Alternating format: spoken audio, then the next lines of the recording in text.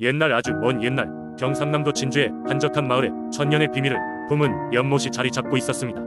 이 연못은 크고 깊으며 주변에는 늘 안개가 자욱하여 신비로운 분위기를 자아냈고 마을 사람들은 이곳을 용신의 거처로 여겼습니다.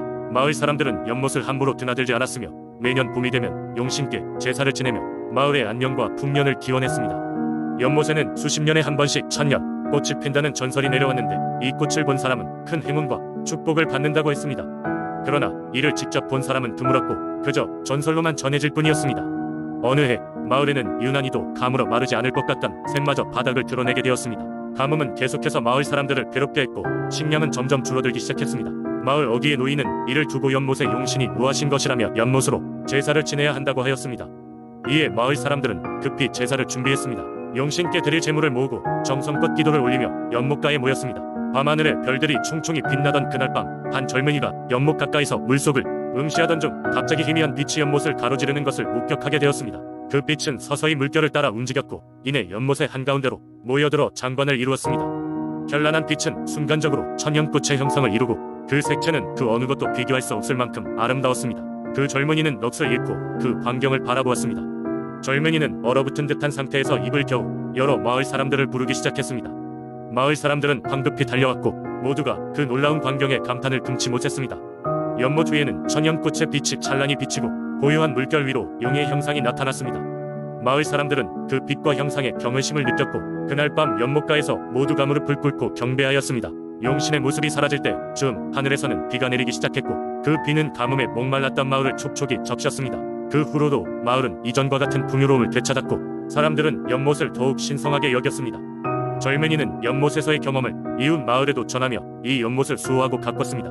연못은 세월의 덧개에도 변치 않고 그 자리를 지키고 있으며 종종 용신의 전설을 들은 이들이 찾아와 그 신비로운 힘을 경험하곤 했습니다. 진주 연못의 전설은 마을 사람들 사이에서 대대손손 전해내렸고 그들의 삶에 커다란 영향을 미치며 오늘날까지도 그 신비는 이어지고 있습니다. 두 번째 이야기 한반도 서해에 위치한 태안반도는 사계절 내내 아름다운 자연 풍경과 더불어 오랜 세월 전해져 내려오는 민속신앙 이야기들로 가득하다. 그 중에서도 가장 유명한 이야기는 바로 바다 여신과 용우물에 관한 것이다.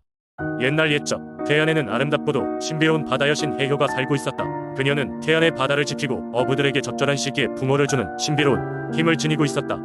사람들은 해효에게 감사의 마음을 담아 매년 봄이 오기 전 바다와 가장 가까운 언덕에 모여 해효를 위한 제사를 지냈다. 해효는 사람들의 간절한 마음에 응답하여 매년 붕어와 평화를 선물로 주었다고 한다. 하지만 시대가 흐르면서 점점 해효에 대한 믿음과 제사가 소홀해지기 시작했다. 사람들은 과학기술의 발전과 함께 바다뿐 아니라 자연에 대한 믿음과 존중을 잊어갔다. 어느 날 태안의 아침이 길게 이어지는 가뭄과 안개로 시작되었다. 어부들은 먼 바다로 나가도 물고기를 구할 수 없었고 마을 사람들은 바닷물이 줄어드는 것을 목격했다. 사람들은 이 모든 재앙이 바다 여신 해효의 분노에서 비롯되었다고 생각했다. 마을의 노인들은 결국 다시 옛날로 돌아가 해효를 위한 성대한 제사를 지내기로 결심했다. 그리고 그 제사의 중심에는 용우물이 있었다. 이 용우물은 바다와 직접 연결된 신비한 우물로 그 안에 담긴 물은 해효가 보냈다는 전설이 전해졌다. 노인들은 우물가에 모여 정성스럽게 짐승을 희생시키고 공물을 바쳤다. 그런 가운데 한 젊은 어부 영수가 우물 가장자리에 서서 자신의 진심 어린 소망을 담아 해효에게 용서를 구했다. 영수는 그간 해효와 바다에 대한 경외심을 잊고 지냈던 자신의 나약함과 무지함을 뉘우치며 다시금 진실된 마음으로 바다에 대한 경의를 표했다. 그의 진심이 통했는지 제사가 끝난 다음 날부터 하늘은 다시 맑아졌고 물고기는 넘쳐났다. 마을 사람들은 황급히 돌아가 바다에 나섰고 그 날의 어획량은 그 어느 때보다도 풍성했다.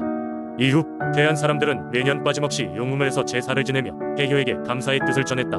그리하여 바다 여신 해효는 태안의 바다를 계속 지키고 보호했으며 사람들은 이에 보답하는 마음으로 매일 바다를 깨끗이 가꾸고 자연에게 감사할 줄 아는 삶을 살았다. 이렇게 태안의 바다는 여전히 아름답고 풍요로움을 간직하게 되었고 이 전설은 대대손손 오늘날까지 태안 사람들에 의해 전해져 내려오고 있다. 사람들은 여전히 해효를 기리며 바다에 대한 사랑과 경의를 잊지 않는다.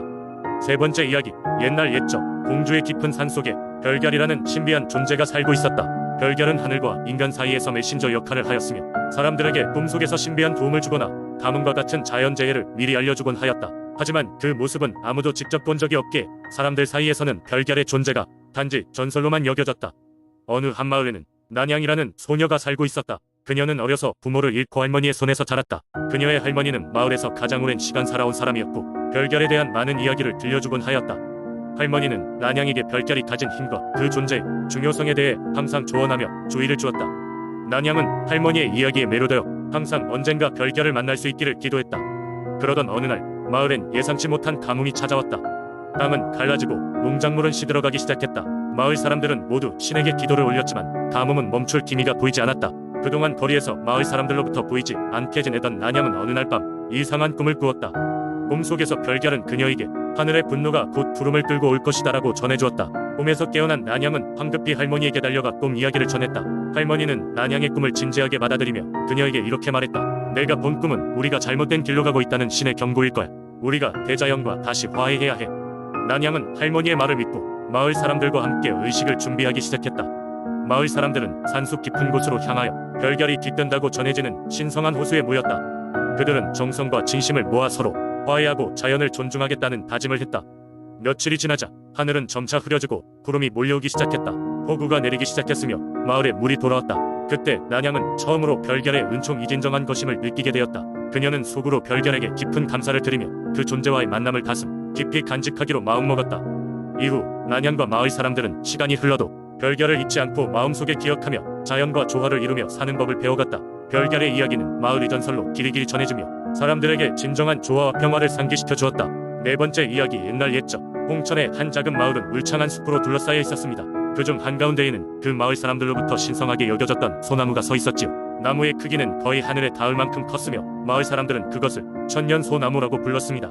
소나무는 수백 년 동안 마을을 지키는 수호신으로 여겨졌고 나무 주변에는 허락없이 접근하는 것을 금지하는 규칙이 있었습니다. 마을 사람들은 매년 봄이 되면 소나무 아래에서 제례를 지냈습니다. 그곳에는 마을에서 가장 연로한 노인이 제사를 주관하며 신령에게 마을의 평화와 다복을 비는 것이 전통이었습니다. 그 노인은 마치 이 소나무와 신기하게 이어진 듯한 느낌을 주는 존재였고 마을 사람들은 그를 작은 노인이라 불렀습니다. 나이가 들어감에도 불구하고 노인의 고요한 눈빛과 온화한 미소는 마을 사람들에게 큰 안도감을 주었습니다. 그러던 어느 해 마을에 큰 가뭄이 들었습니다. 마을의 작물은 타들어가고 주민들은 물 부족에 시달리기 시작했습니다. 불안에 휩싸인 사람들은 작년 재래가 부족해서 그런 것이라며 재빨리 다시 제사를 지내기로 결정했습니다. 작은 노인은 평소와 다름없이 제사를 준비하며 천천히 소나무로 향했습니다. 하지만 도착한 그곳에서 노인은 깊은 고민에 빠졌습니다. 아무리 기다려도 이전에 청명했던 기운은 느껴지지 않았습니다. 작은 노인은 천천히 눈을 감고 소나무에게 속삭였습니다. 오랜 세월 동안 이 마을을 지켜주신 신령님, 저희가 무엇을 잘못했는지 알려주시옵소서. 그러자 마을 사람들 사이로 미세한 바람이 불기 시작했고 하늘빛은 점차 맑아졌습니다. 그리고 아주 작은, 거의 들리지 않는 목소리가 노인의 마음속에 속삭였지요. 너희의 믿음은 변치 않았으나 자연을 함부로 다룬 것이 모든 일을 불러왔느니라.